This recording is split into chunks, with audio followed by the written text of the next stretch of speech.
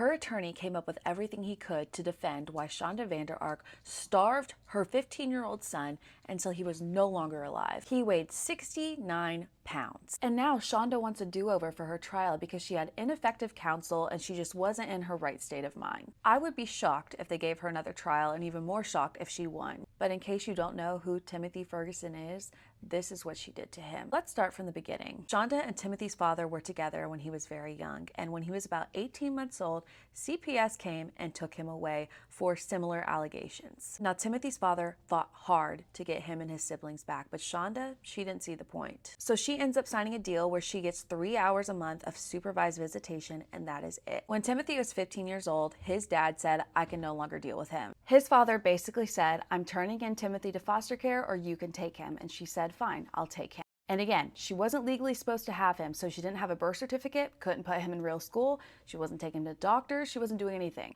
So now at this point, Timothy and Paul have moved into the home. Paul Ferguson, his brother, had also lived with him back at the father's house. Shanda did not raise Paul. Well, soon into them all living there, Shanda's husband, their stepfather, had a stroke. Because of that, he couldn't walk up the stairs in the home, and he decides to move in with his parents who can take better care of him. Shanda at the time was in law school, working. She just had so much going on. I mean, she was so busy. And after the stepfather leaves, that's when things change. Suddenly there's locks on the fridge, the pantry, the cabinet. There's cameras put up everywhere, even in the bathroom. Motion detectors added to Timothy's room. Until eventually, Timothy's room is a closet with a blue tarp. When Shanda wasn't home, she would have Paul do her dirty work. They punished Timothy in many ways, such as starvation, only giving him bread with hot sauce, pouring hot sauce down his throat as a punishment. At one point, Shanda even texted Paul saying maybe we should pour it on his privates. Miraculously, Paul wasn't willing to go that far. They complained often about Timothy stealing food. Well, I don't know, maybe because he was starving. One time, he ate the crust that was left out from a burger, and she made him throw it back up. They made him do wall sits where they had a motion detector, so if he moved, it would notify her.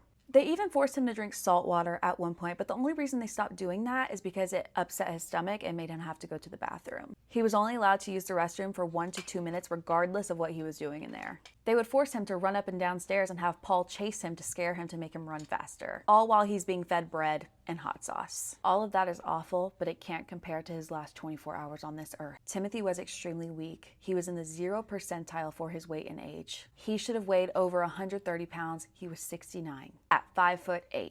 He was so weak that Paul texted his mom saying, you know, Timothy's not really wanting to get up. What should I do? And just a few weeks before that, Paul had actually sent his mother a picture of Timothy saying, like, he's looking pretty bad, like maybe we should do something, but she didn't care. So she also didn't take this seriously either. Now, Shanda was at work at a courthouse because she passed the bar exam. So Paul had to take the first shift of this. She told Paul to give Timothy an ice bath because that will wake him up. He was in this ice bath for over 9 hours. A few hours into this, and Paul texts Shanda saying he's really out of it. So Shanda instructs Paul to get 2 frozen pizza rolls, hold them in front of Timothy, and see if he reaches for it. And if he does, to pull it away, because she thought Timothy was just playing a funny little trick on her. She thought she was so smart passing the bar exam, but wasn't smart enough to realize that in just a few hours her son would be gone. She eventually ends up coming home and she takes over the ice bath. She then takes Timothy out of it, puts him in his closet room, and everything that happens next was filmed and recorded. Timothy was struggling to breathe, and that annoyed Shanda.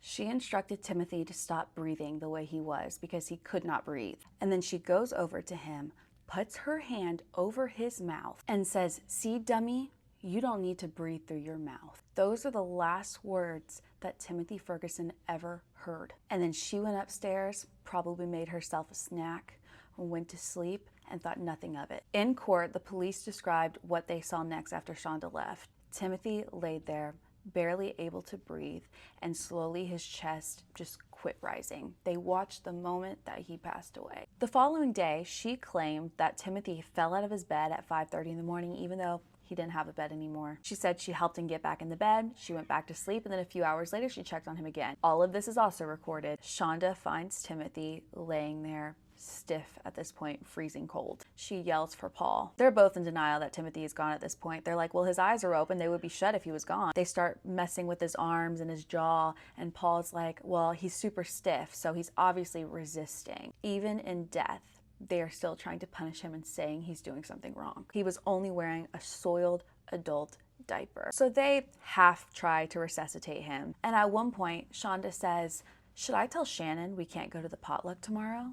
And Paul's like, yeah. That's what she was thinking about while looking at Timothy. That's how much he meant to her. So then she's like, well, Paul, give me your belt so we can put it on him. We have to make this look not as bad. I'm going to have to lie about all of this, say he's on a hunger strike. And so they get him dressed. They put a hoodie on him, some jeans, a belt, make him look presentable. That's when they call the police. And immediately she sounds like she's just a hysterical parent who just found something awful that's happened to their child. Like she had no idea about it because she didn't know how tiny he was. EMS arrived and they immediately knew something was not right here.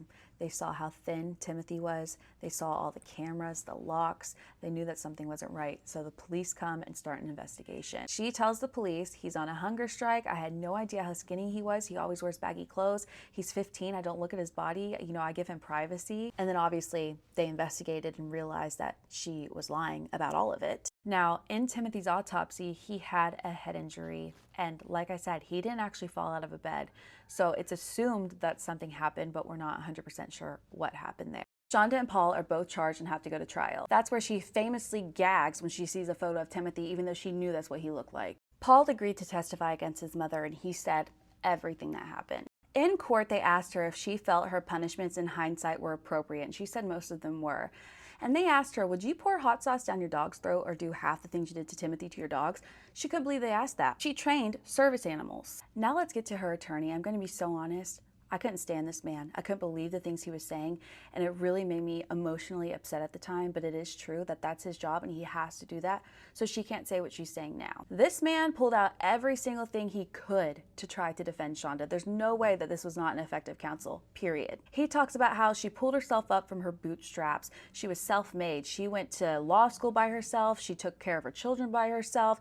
She got out of an abusive situation earlier in life by herself, that she did everything for herself. He said that, you know, she made one mistake, one bad decision. She should have never said she would take Timothy on. He talks about how she has no criminal history, not even a speeding ticket, and she took care of her dogs. He called her a survivor. And while I still don't like the things that he said, she can't say that this man didn't try, because he tried. And now Timothy sits in a Thomas the Train urn next to his grandmother's grave. Thomas the Train, when he was 15 years old. To me, I feel like people didn't know him. They didn't know what he liked. Now, Timothy also had high-functioning autism as well as ADHD, which Shanda says, you know, just made it all the more difficult to take care of him. But none of those things are an excuse. Even in his last moments on this earth, he didn't feel loved. He was scared, isolated, starving, and dying. I will literally never forget Timothy. And the fact Paul can get out in 30 years blows my mind. I mean, he has a new girlfriend like every other week that they're doing inappropriate things on the phone with. Shanda has friends now and is all,